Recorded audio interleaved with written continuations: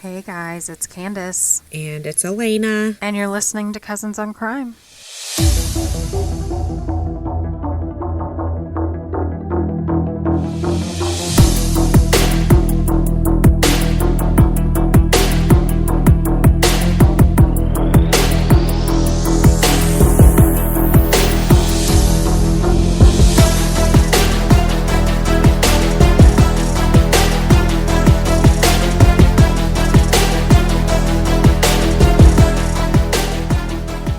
Well, welcome back to the dark side of humanity.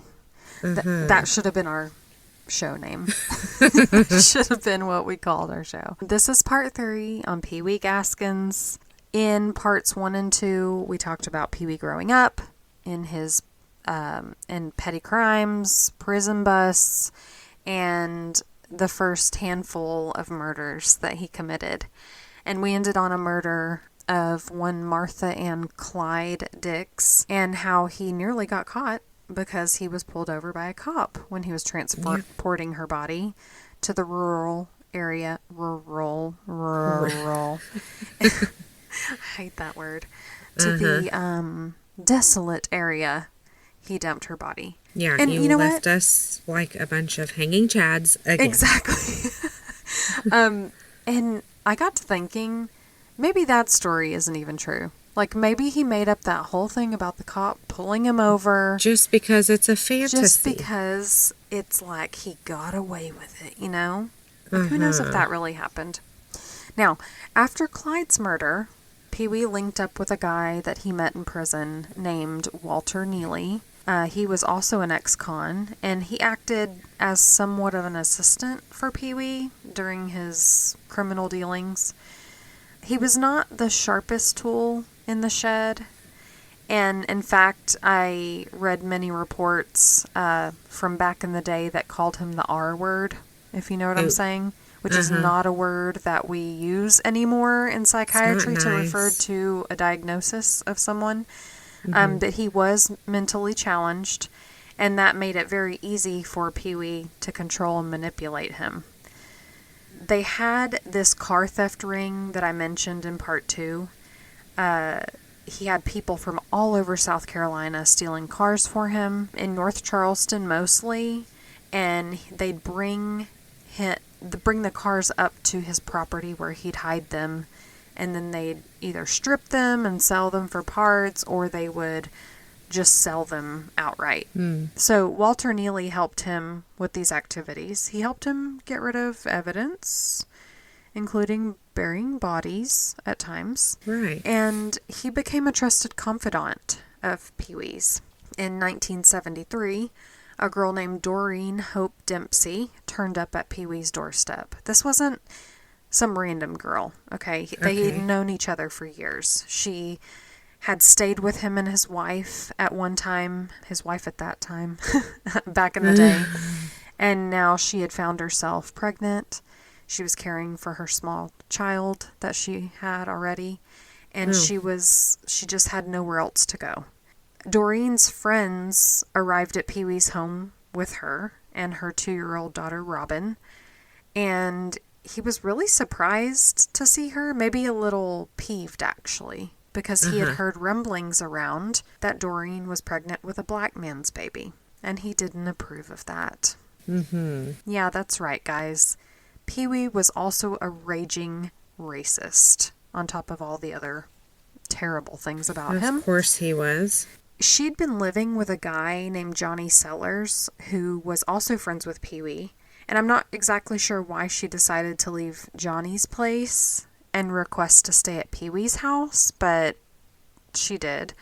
And he was like, look, it's nice to see you, Doreen, but I want to talk to you first, so let's go back here and talk.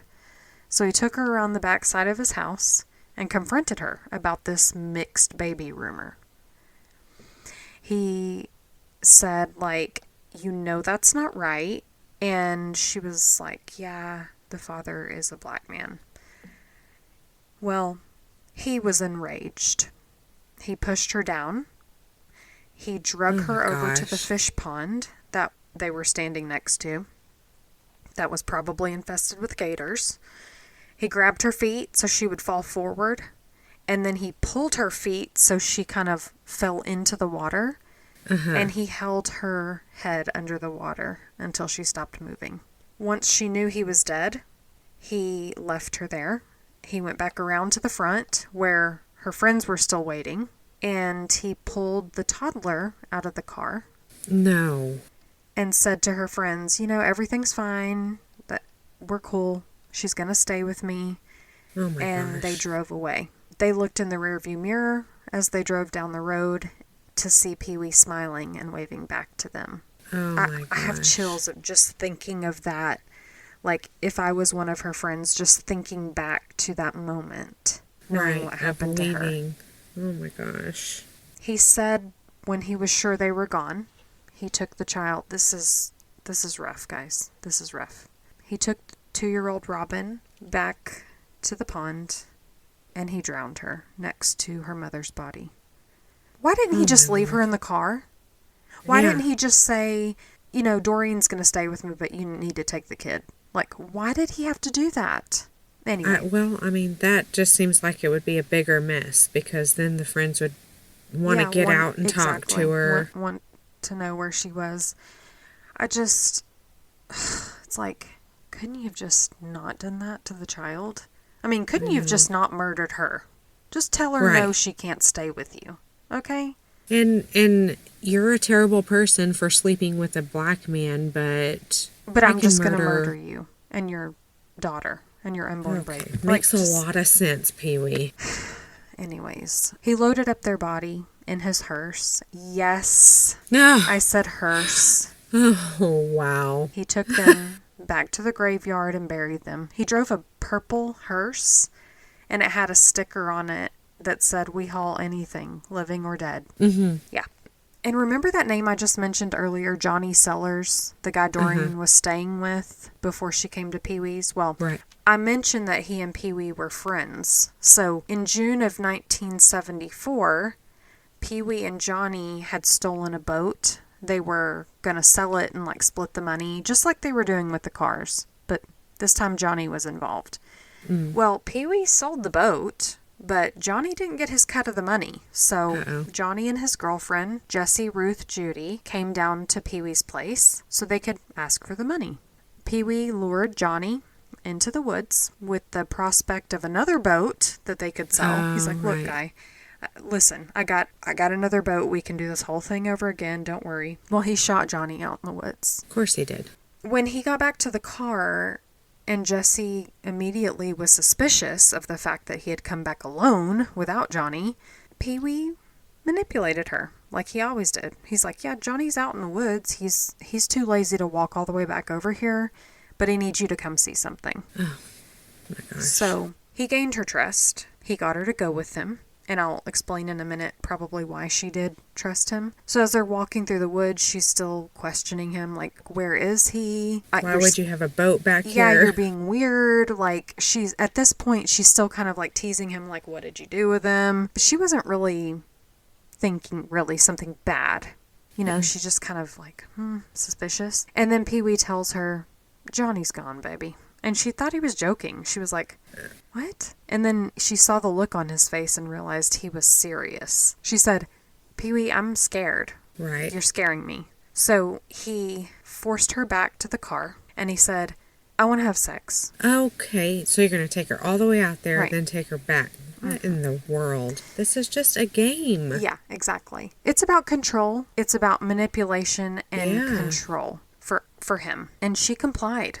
I think she was doing some sort of self-preservation. Like, if I have sex with him right now, he won't kill me. I think she was doing it to save her own life. Right. But also, maybe he's lying and she didn't willingly have sex with him, Right. It's hard to know.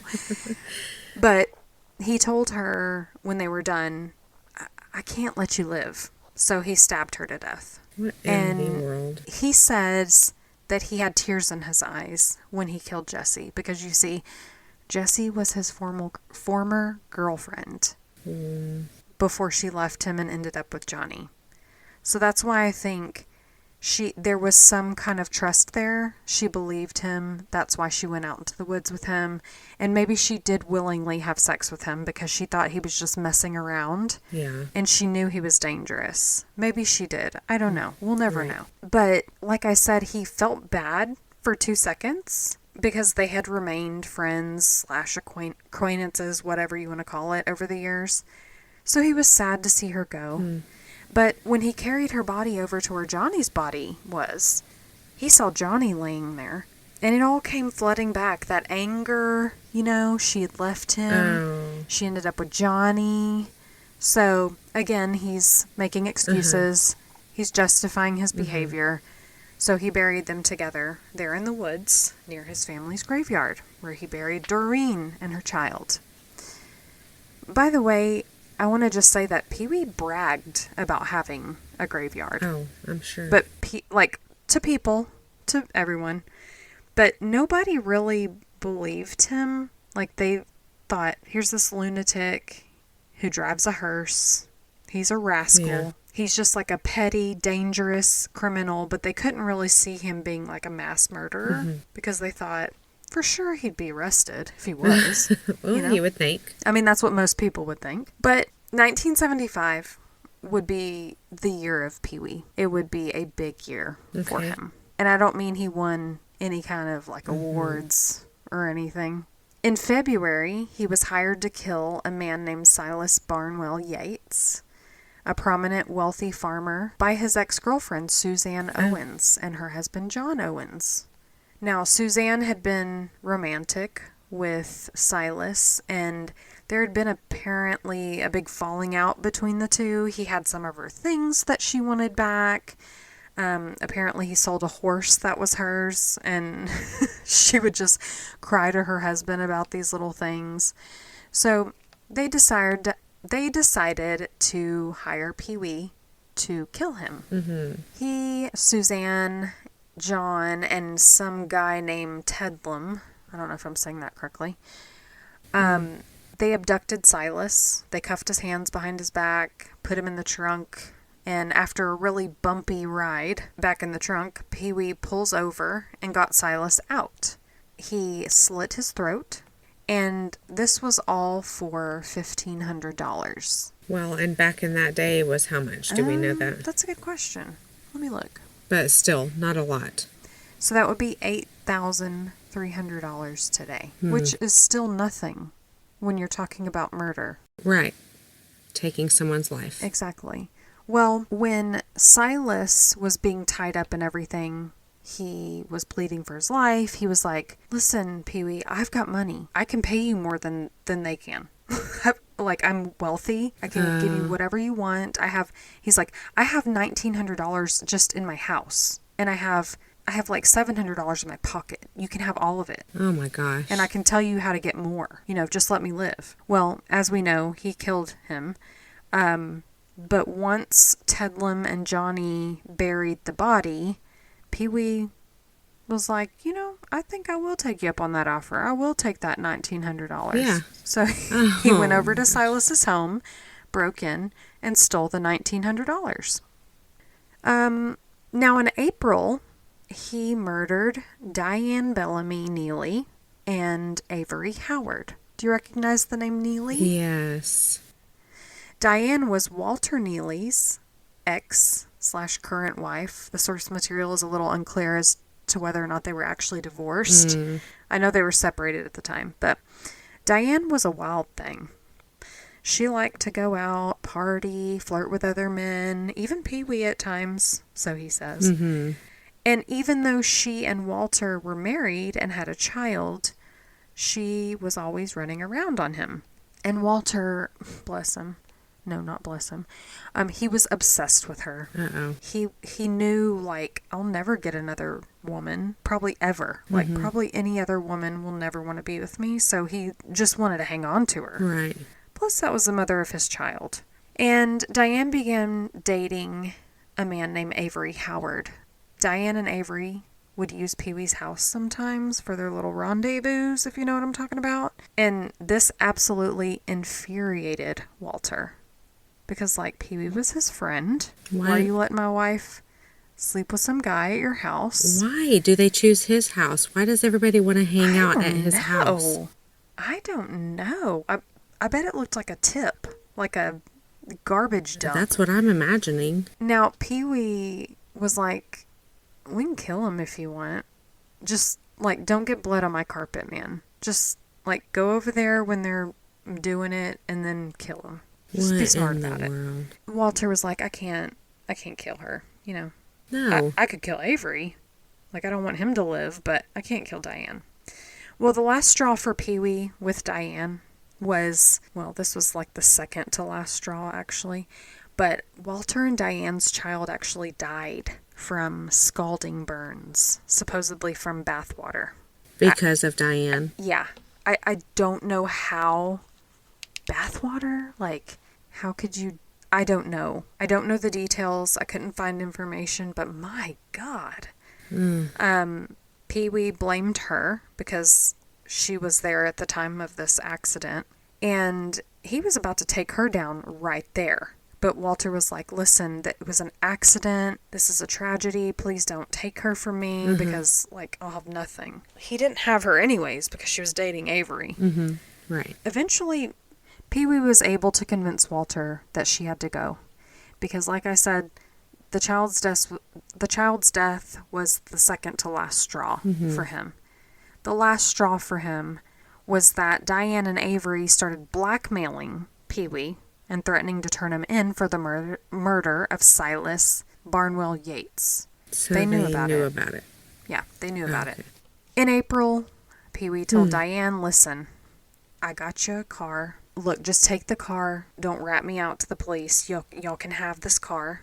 Because, you know, he had this, like, theft ring. Yeah.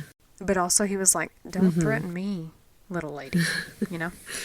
Pee-wee got Diane and Avery to come out to his house for this supposed car that he had for them. And he was able to lure them out for a walk. It's just over here. But this time he got ballsy because instead of separating them, he was going to take them down, I guess, at the same time. So he pulled out a Campbell's soup spoon that he had fashioned into a sharp object. I was about to say. Yeah, and he stabbed Avery several times with it before he fell to the ground. Okay, he's got a gun. He's shot people. Why would he use a spoon to... What? I'm so confused. Maybe because he wanted to feel it, you know? Don't know. Well, Diane took off running, and you're right. He did have a gun. Oh. He caught up with her, and he says he stabbed her a few times and then shot her. We're not clear of the sequence of events, like if he shot her and then stabbed her. Pee-wee denied this, but when Diane's body was eventually found, her panties were down around her ankles. They didn't perform a rape kit. I don't know why. I don't know if it was negligence or because her remains were, you know, didn't allow for the testing to be done. But they weren't able to forensically say if she had been raped or not. But if I know Pee-wee, and I think I know Pee-wee, I'd say some sort of sexual assault took place. Yeah, it's obvious. I mean, her panties were down. He says that her panties were down because when he dragged her body, they, you know, came down. Avery's panties were on. Now, in September of that year, we're still in 1975, by the way, guys. I told you this was a big year for him. A 13-year-old named Kim Gaskins did not show up for school one day, and her teacher grew concerned. Her sister had told the teacher Kim didn't return from visiting a friend's house, and it didn't take much for the needle to swing in Pee-wee's direction. Because when the investigators looked into her last known whereabouts, they discovered she was last seen at Pee-wee's house. Why are all these people going to Pee-wee's house? I know. There should be a big sign on it that says that please do not enter. Yeah. Like, enter at your own risk. A witness also said they saw her walking along a road past a construction site that Pee-wee was actually working on a roof at the time. And he was working for a roofing company on and off during that time. Also, Kim's teacher said that she had assigned her students to write about someone they admired. and she wrote about a woman named Donna Gaskins. Kim's mother had died that previous year, and she kind of saw Donna as like a mother figure. So she spent a lot of time over at her home with her and her common-law husband, Donald Gaskins, a.k.a. Pee-wee. They visited Pee-wee and his wife, and though they didn't find Kim there, they did find some of her clothing there. So she wasn't there, indeed. She was actually hiding at Pee-wee's daughter's house at the time that the police visited the first time. Kim had told a friend of Donna and Pee-wee that another friend of the family had raped her and that Pee-wee was there.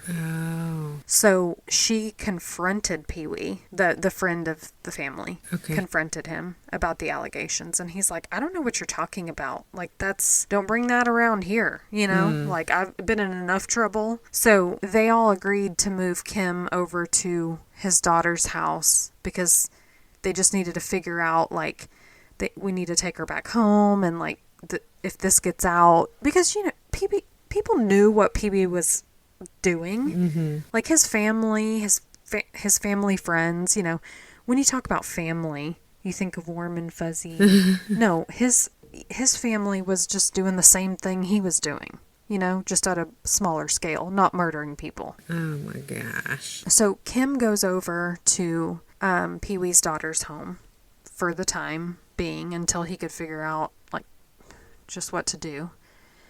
And the police visited Pee-wee several times while Kim was over hiding at his daughter's house. Interesting. Things were getting hot, too hot. And the day came when he was like, gotta do something about her. The police were getting too close, and so he says, listen everybody, I'm gonna take Kim back to Charleston in front of everybody. Like, he's like, yeah, I'm just gonna take her back home, you know, and drop her back off. And so he packs her stuff up, and she's waving bye to everybody, tells everybody goodbye. And as he leaves the property, everybody goes back inside or whatever, and he turns down an old logging road. And he's going this back way. Well, this road led back to his property. So he took her back to his property and got her to come out of the car, and he said, hey, I need you to go back to the trunk and tell me which of these bags are yours. I grabbed a bunch of bags. And so she goes back there, and she's like, and he shot her in the back of the head. Then he says he just needed to make sure she was dead, so he stabbed her in the chest. And before he asked her to come back there, he had laid out a tarp down on the floor, like on the ground. Easy. So he rolled her up in the tarp, put her in the trunk, drove her back over to his dumping ground, his graveyard, whatever you want to call it, and he buried her, still in the tarp. Then he hauled Buns to Charleston, like he was actually said he was going to do. Right. Maybe he wanted to make it really look like he was taking her back. Gone. Yeah, he went to a gas station and kind of acted a bit like a Karen. He tried to pay with a $100 bill, kind of caused a ruckus. I guess he wanted them to remember that he was there, you know, like that there would be verifiable proof he was there. I mean, he went to a diner and ate somewhere, got a receipt. Then he ended up going back home, and he was like, guys, she ran away. Like, she took off. I think she went to Ohio or something, because she was talking about going up north. And wow.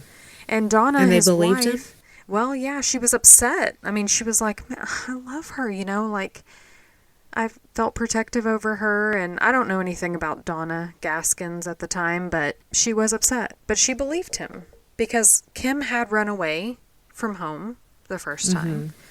So why wouldn't she run away from him? Yeah, she believed that she didn't want to go home, and maybe she did flee up to Ohio. So he starts telling everybody the same story. You know, anybody that he came across, any old friend, any old acquaintance, he'd be like, yeah, we had this girl, and she just took off. Like, she just, you know, she ran away. Well, the police were still looking for her. Yeah. In October, again, still in 1975, Pee-wee and Walter Neely murdered 2 more people. 27-year-old Dennis Bellamy, who was Walter's brother-in-law, Denise's brother, and his half-brother, who was 15-year-old Johnny Knight.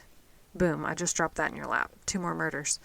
These two were working with Pee-wee and Walter in the car theft business. They were trying to be entrepreneurs, if you will, in the crime industry. They'd go off to steal some things without Pee-wee asking them to, so they were trying to like break out on their own and maybe impress him a little bit. They would do stupid things like steal really nice guns and then sell them to low budget pawn shops for like really cheap. And Pee-wee was like, y'all are idiots. Like, we could have sold that to someone and made hundreds of dollars. Okay. So Pee-wee was tired of their dumb mistakes. He was just like, shenanigans. yeah, he was like, this is stupid. And Dennis had gotten into physical fights and things with him, and things just came to a head. Pee-wee lured Dennis out into the woods under the guise of digging up some of the guns that he had supposedly hidden so that he could give him another shot at selling them. And he shot Dennis right in the heart.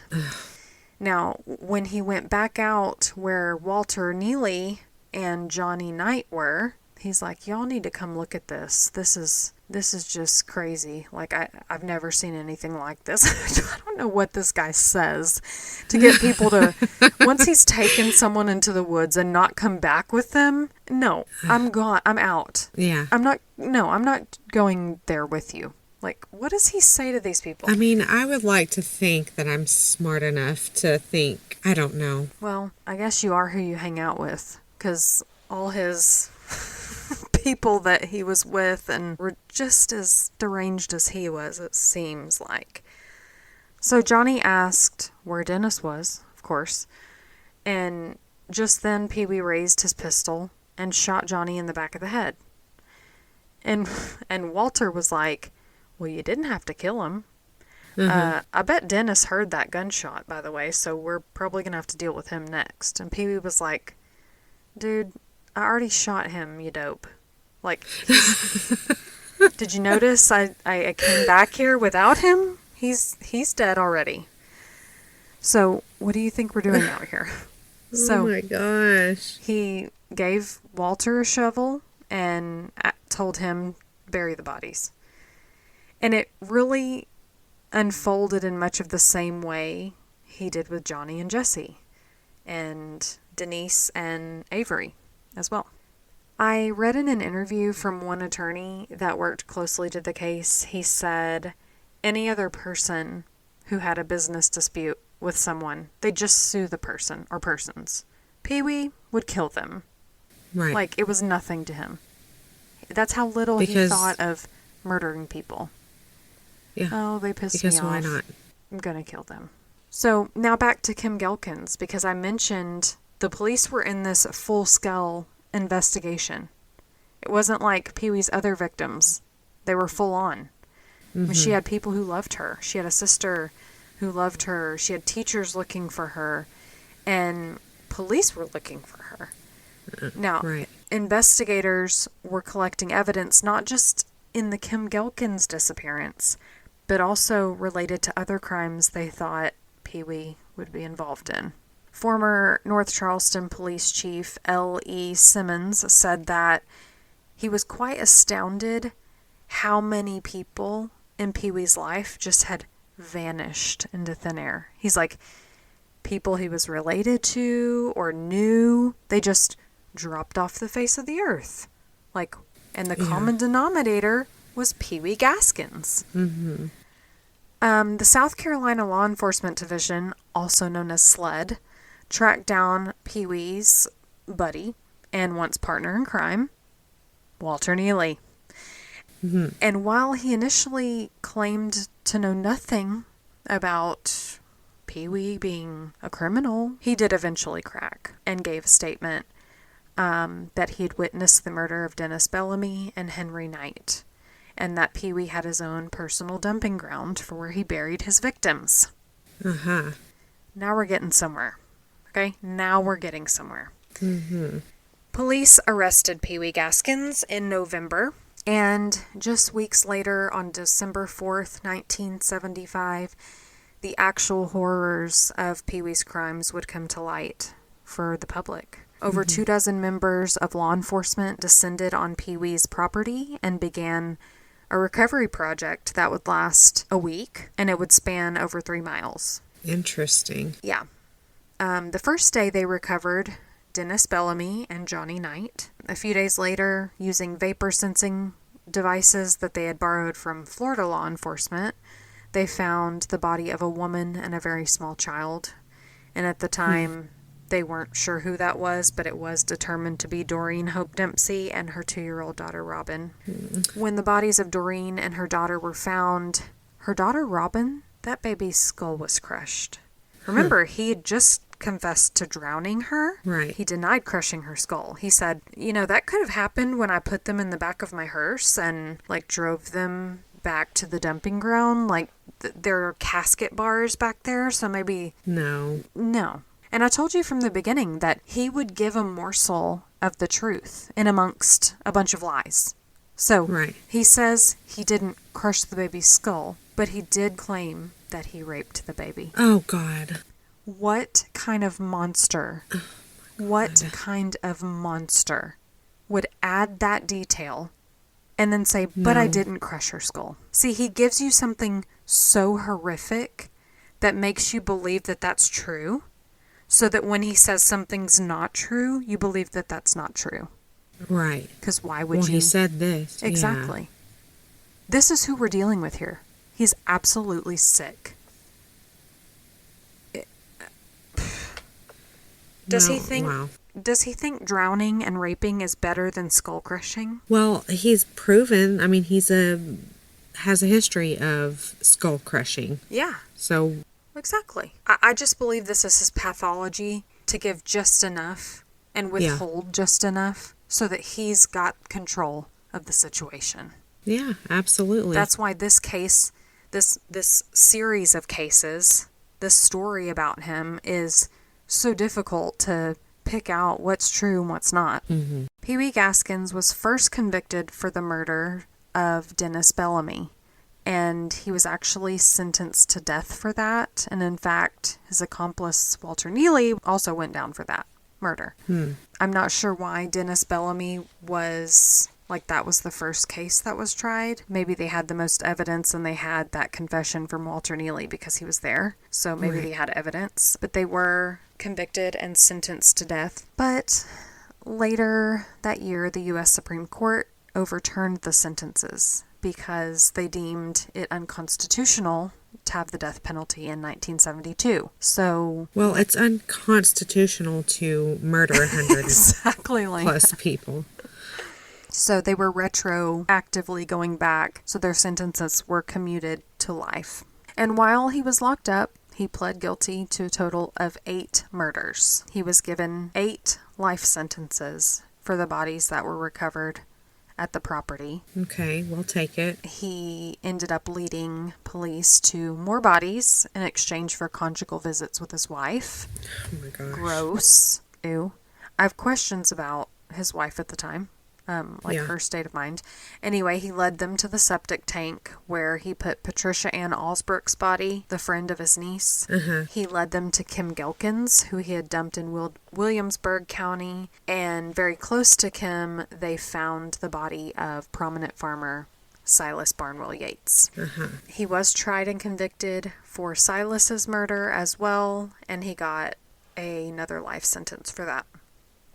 I don't know how, I don't know in what order they do these things. I'm not sure why they did Dennis Bellamy, then Silas. I assume it's because of the amount of evidence they have and if the case is ready to go to trial. I think they're probably just trying to nail this guy with anything at this point. Now, he still had a list of pending charges, and by this time, the death penalty had been reinstated in South Carolina. So, Solicitor Summerford was threatening to seek the death penalty on the John Henry Knight murder. Okay. There was a question as to whether or not the death penalty could be sought for this murder because the crime was committed before the death penalty was reinstated. Oh, right. So Pee Wee's attorney said, you ought to just tell him everything because you want to avoid just the potential of it. Just tell them. He did. he confessed to the murder, and he got another life sentence. Now, negotiations for a plea took place at McLeod Memorial Hospital. You heard that right. They took him to the hospital because they administered truth serum to him. Oh. Sodium amytal. They thought, we'll give you truth serum and we're going to question you about other murders that we suspect you of. He ended up confessing to the murder of Janice Kirby, his niece, and he led them to her body, which was buried at his property in Prospect. The property they searched. Yeah. It was there. They just missed it. They found all the other bodies, but they missed hers for some reason. Huh. Interesting. I guess it was I don't know. The investigators said that they were able to find the graves because they were shallow graves, and you could tell something was buried there because you could see vegetation had been chopped off. Okay. And like a bush had been just stuck down on it. The bush wasn't attached to the ground, Yeah, like he had just put vegetation on top of the graves. So they were able to, His niece's grave would have been grown over and... maybe, yeah, because it was longer quite a few years ago. Yeah. Now, when it came to additional convictions, he did confess to other murders, but he and his lawyer decided to split hairs about the details. They disagreed with autopsy findings. They tried to poo-poo witness testimony, and it was all just to avoid the death penalty. That was all it was. Yeah. He was a manipulative sociopath and psychopath, so he was able to feel a little more power in the situation. Like, yeah, I killed them, but this medical examiner says that I shot her here, but I know I shot her here. You know what I mean? Stuff like that. Oh my gosh. I know, idiot. So Pee-wee is serving time, just living his life. He's got all these life sentences attached to his name, just doing what he was born to do, serve prison time. Well, he wasn't done killing. Oh my gosh. An inmate named Rudolph Tyner was on death row for killing a couple in a little mom and pop grocery store in Murrells Inlet. That's near Myrtle Beach, South Carolina. Now, Pee-wee and Rudolph struck up something like a friendship, I guess. Pee-wee said, "Hey, I made these walkie-talkies so that we could communicate with each other in our cells. You just plug it in like it's these old radios and you could hear me talking." So Rudolph gets this device, and that night while he's alone in his cell, he plugged it in and he blew up. He blew up. What? Blew his So it head was off. A bomb. Good Lord. Initially, they thought Rudolph had attempted to escape, like he had made some sort of device to blow a hole in the wall or something, and it like backfired and killed him accidentally. They didn't explore any other theories because it was a maximum security cell block and everybody was locked in their cells when the explosion occurred. It was only when an autopsy was performed on Rudolph that the forensic pathologist pulled a piece of metal out of Rudolph's head, and it was a magnet. Oh. So it gave them more weight to thinking that it was like a man-made device intended to escape. Right. So they're still like, okay, this kind of solidifies our initial findings, our initial theory. Well, the investigation division, however, had their suspicions. How did Rudolph get that old radio in the first place? He was on death row. Like, how did he get that? Why would he rig up something that you had to plug in knowing that you'd be that close to it? You know what I mean? Like, true. Why would he do that? So they told the deputy warden, Jim Harvey, to look into Pee-wee Gaskins. You see, another inmate named James Arthur Brown was assigned to deliver meals that night. And Pee-wee gave him this handheld radio and said, "Hey, can you deliver this to Rudolph's cell for me?" And he did. So they searched Pee-wee's cell top to bottom, because now they had reason to believe that was like intentional. And it took them hours and hours and hours, but they came across some cassette tapes. When they fired up those tapes, oh, and by the way, kids, cassette tapes are what we had before CDs. And CDs are what we had before digital streaming music. Anyhow, when they fired up these tapes, they couldn't believe. They could not believe what they were hearing.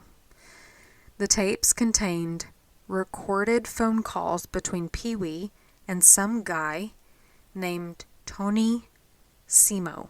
Tony's parents were killed at a mom and pop store in Murrells Inlet by Rudolph Tyner. What? Yeah, Tony was the son of the couple that Rudolph Tyner had killed. He hired... Tony contacted Pee-wee in prison and said, I'm so sick of these appeals dragging out. Because Rudolph was appealing his conviction, and he was getting stays for his execution, and things were just moving very slowly. He was still on death row, but it was moving very slowly. And this guy just couldn't wait. He's like, he needs to go now. Yeah. In those taped conversations, Pee-wee gave him specific instructions, saying, well, this is what I'll need to get the job done. He told Tony to get some C4, hide it in the heel of a shoe, and mail it to him. Like take off the heel of the shoe. Right. Put the C4 in, put the shoe heel back on, glue it back. They could just receive shoes in prison? Yeah, apparently. Okay. So he did, and it worked, and he did receive these shoes with explosives in it in the mail in prison. Like, this is some sort of movie. Like, if you wrote this in a book, people wouldn't believe it. Yeah. First of all, how does Pee-wee know how to make a bomb?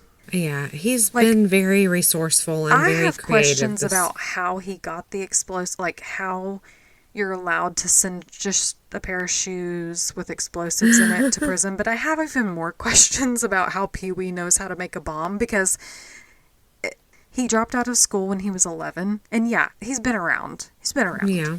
Mm-hmm. But a bomb? It's not like he could go YouTube how to make a bomb, you know? That took some actual smarts. And I'm just curious as to know, like, how he knew how to do that. I guess we could read his book to see what he says. But I probably wouldn't believe it. I'm good. So out of all his victims that he murdered, all of the murders, the hit on Rudolph Tyner was it. Yeah. He was sentenced to death. Bye. Because the death penalty had been reinstated in 1976, just 4 years after his death sentence was overturned. And he just couldn't help himself to do one more. Had he not committed another murder, he would have just served a life sentence. Or sentences, actually. Now, Pee-wee's execution was set for September 6th. September 6th, 1991. You know, you and I were 91. Putting butterfly clips in our hair. Yes, girl. And stuff like that. But he had other plans, Lena, of course. You see, he had swallowed a razor blade before he was transported to his death row cell. And he decided, I'm going to go out on my terms. No one else's. Right. I'm in control of my life. Exactly. I'm going to do it. So he regurgitated the razor blade and began slicing at his wrists. He was not successful in killing himself. And around 1 a.m., at the Broad River Correctional Institute, they strapped his bleeding butt into that electric chair and they fried him like a chicken strip at Bojangles. At Bojangles. Oh, okay. Yeah, they said, no, we're doing this thing now. They're like, dude, I mean, here's a Band-Aid and stuff, but you're still gonna die today. Unfortunately, this would not be the last we would hear of Pee-wee Gaskins. Yeah, he was dead. But he had been working with an author, Wilton Earl, to publish a first-hand account of his life posthumously. This book was called The Final Truth, and I mentioned this, I think, in part 1. So can we believe Pee-wee's account? Can we believe anything Pee-wee says? It's weird because, like, Wilton Earl, the author, contacted Pee-wee in prison and said that basically he wanted to give him a voice. Why? I don't know. But Wilton said in an interview with Court TV that the preface and, like, the last couple pages of credits and whatever were, in his words, Wilton's words. But everything else everything else came straight from Pee-wee. I didn't read it, and I'm not going to read it, because after this recording, I'm going to go take a shower and eat a chicken strip, pretend it's Pee-wee, and poop it out. No. I'm going to rid myself of him forever and ever, amen, after this. So I won't be reading his book. I even found things in the book that I cross-referenced with, like, his words were in that book too, because his attorney was kind of quoting him saying this. So anyway, this is wild. This is wild. Pee-wee died. He's dead. I mean, if you want to read some nonsense, go read his book. I don't recommend it, though. But I'm gonna just wrap it up right there, because he's dead. Talked about him enough. The end. We've talked about him enough, and we need to cleanse our minds. Cleanse our minds and our souls. Yeah. Our souls. So, let's, not do this again, but let's do something else similar again. Actually, my next case has some similarities to this. It's really weird. I'll bring my fake cigarette. I'm bringing my fake cigarette. It's not as crazy and wild as this one, but similarities. So yeah, come back for another ride, guys. I'm interested. Saddle up again. We'll see you next time, guys. Bye, y'all. Bye. Well, thank you for listening to Cousins on Crime. If you're enjoying our podcast, please leave us a 5-star rating so that other true crime fans can find us. If you have any case suggestions or just want to say hey, email us at cousinsoncrime@gmail.com. And be sure to follow us on Instagram, where we post case photos and information at Cousins on Crime Podcast.